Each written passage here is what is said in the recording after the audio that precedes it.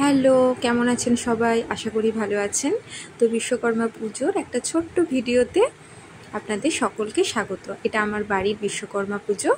তো একটা ছোট্ট করে ভিডিও করেছিলাম, যেটাই আপনাদের সকলের সাথে শেয়ার করলাম। তো সেদিন খুব সকালে ঠাকুরমশাই এসেছিলেন। তো ঠাকুরমশাই আসার আগে মোটামুটি আমার মায়ের নিত্য পুজো হয়ে গেছিলো। মা সকাল 5টার মধ্যে নিত্য পুজো কমপ্লিট করে দিয়েছিল। তারপরে আমি 5টার সময় ঘুম থেকে উঠে স্নান টান করে বিশ্বকর্মা ঠাকুরের জন্য যে স্পেশাল আয়োজন সেটা করেছিলাম। তো ঠাকুরমশাই বলেই গেছিলেন আগে থেকে যে উনি একটু তাড়াতাড়ি আসবেন, কারণ ওনার তাড়া আছেন, অনেকগুলো বিশ্বকর্মা পুজো আছেন। তো আমি মোটামুটি 6টার মধ্যে সব কিছু যতটা সম্ভব রেডি করে রেখেছিলাম। তো ঠাকুরমশাই 6টা 10-15 দিকে এসেছিলেন। তো ঠাকুরমশাই আসবার পর হাতের কাছে সব কিছু জোগাড় যন্ত্র দেখে বেশ খুশিই হয়েছিলেন, কারণ পুজো করতে ওনার সুবিধেই হয়েছিল, নাহলে জোগাড় করে পুজো করতে একটু অসুবিধেই হয়। তো পঞ্চপ্রদীপ থেকে প্রদীপ থেকে ধরে ফল মূল কেটে সব কিছুই ঠাকুরমশাইয়ের জন্য আমি হাতের কাছে রেডি করে রেখেছিলাম। তো ঠাকুরমশাই এসে শুধু ঘরটা পেতেছেন আর ঘটের জলটাও আমি তুলে রেখেছিলাম। তো বিশ্বকর্মা ঠাকুরটা ছোট হয়ে গেছে আর সামনের ঘরটা বড় হয়ে গেছে বলে ঠাকুরটাকে দেখানো যাচ্ছে না, তেমনি জুম করে দেখালাম। দেখুন, ওই ঠাকুরটি আমাদের ঘরে সারা বছরই মা নিত্য পুজো যখন করেন তো পুজো করেন। তো ওটা একটা পিতলের ছোট্ট বিশ্বকর্মা ঠাকুর, যেটা মা সারা বছরই পুজো করেন।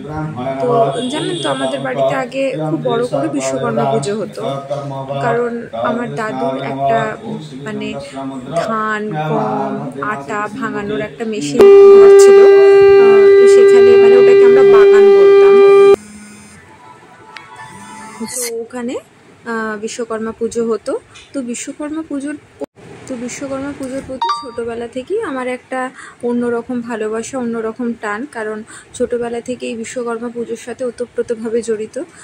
কারণ ছোটোবেলায় দাদুর হাত ধরে খুব সকালবেলায় স্নান টান করে ওখানে যেতাম, এবং বিশ্বকর্মা পুজোর দিন খুব ছোট যখন ছিলাম তখন নতুন জামাও পরতাম, কারণ ওই বিশ্বকর্মা পুজোর থেকেই আমার পুজো শুরু হয়ে যেত।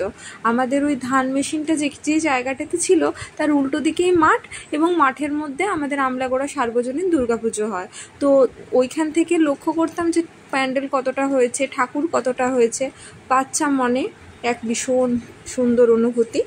তো ঠাকুরমশাই পুজো করতে করতে এসে আমার স্কুটিটিকে একটু পুজো করে দিচ্ছেন, কারণ আজকে স্কুটি সাইকেল গাড়ি বাইক সবেরই আজকে পুজো। আমরা সাধারণত এগুলিরই পুজো করে থাকি। তো আমার পার্লার যেহেতু আছে, ওই ধান মেশিনের পর যখন ওখানে আর বিশ্বকর্মা পুজো হলো না, তখন আমি পার্লারের জন্যই বিশ্বকর্মা পুজো করি। এখানে 3টি সাইকেল, একটি আমার বোন মানসীর আর একটি বাবার। ঠাকুরমশাই সাইকেলগুলোতেই পুজো করে দিচ্ছেন একটু, কারণ সারা বছর এনাদের নিয়ে রাস্তায় বেরোবো, যাতে বাবা বিশ্বকর্মা কোনো রকম কিছু বিপদ আপদ না ঘটান।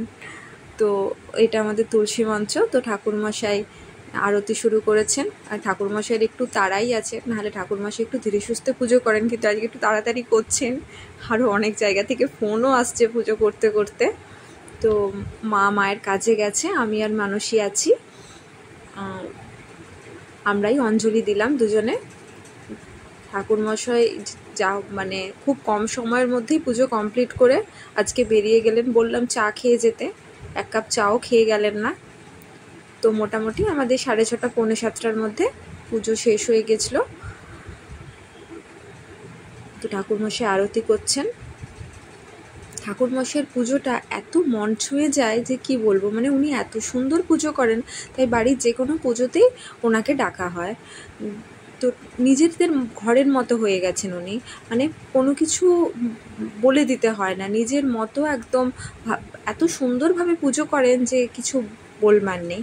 তো পুজো প্রায় শেষের দিকে। দেখুন, এবারে টুকটাক প্রসাদ দেওয়া হলো সবাইকে, আমরাও খেলাম, ঠাকুরও খেলেন। এটাই ছিল আজকের ব্লগ। আবার কোনো পরের ব্লগে দেখা হবে।